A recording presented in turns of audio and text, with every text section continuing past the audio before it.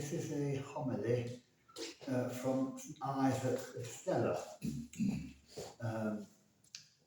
was a early father from the 5th century in Syria.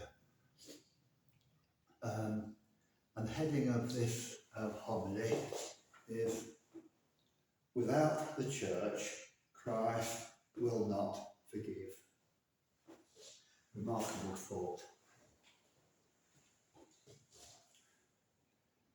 There are two things which are proper to God alone: the honour which we must pay him by confessing our sins, and the power of forgiveness. It is our duty to make confession to him. To him we must look for forgiveness. It is for God alone to forgive sin, and that is why we must confess to him. But the Almighty took as his bride a weak woman.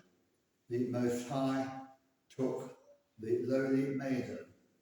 He made the serving woman a queen, she whose place was behind him, at his feet. He raised to sit beside him. She was born from his side. From there he took her as his bride. And because, just as all that is the Father's is the Son's, and all that is the Son's is the Father's, since by nature we are one, so too the bridegroom gave all that he had to the bride, and held in common with her all that was hers, because he had made her one with himself and with the Father. The Son, pleading for his bride, says to the Father, "I desire that as you and I are one, so too they may be one with us." The bridegroom then is one with the Father and one with his bride. All that he found alien in her, he took away by nailing it to the cross.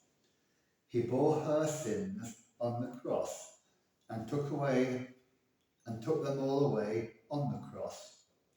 He took upon himself what was her own proper nature and clothed it with himself. What was his own as God, he gave to her.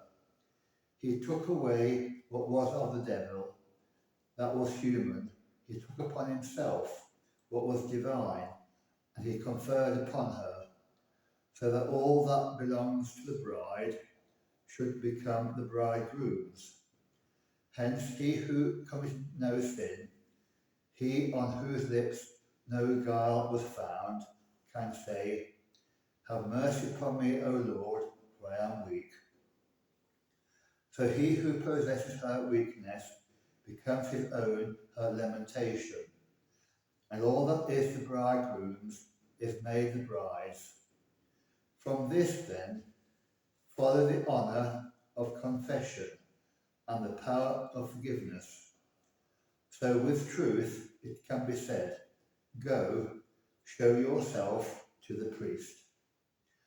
Without Christ, therefore, the Church can forgive no sin, but it is Christ's will to forgive no sin without the Church.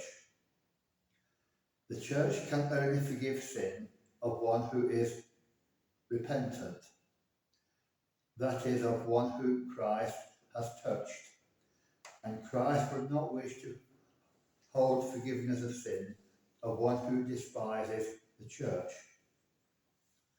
What God has joined together, let no man put asunder. This is a great mystery, and I take it to mean Christ and his Church. Therefore, do not sever the head from the body, so that the whole Christ no longer exists. For Christ is not whole and entire without his Church, nor the Church without Christ. The whole Christ, the complete Christ, is head and body. That is why he can say, "No one has ascended into heaven but the Son of Man who is in heaven. He is the only man who can forgive sin.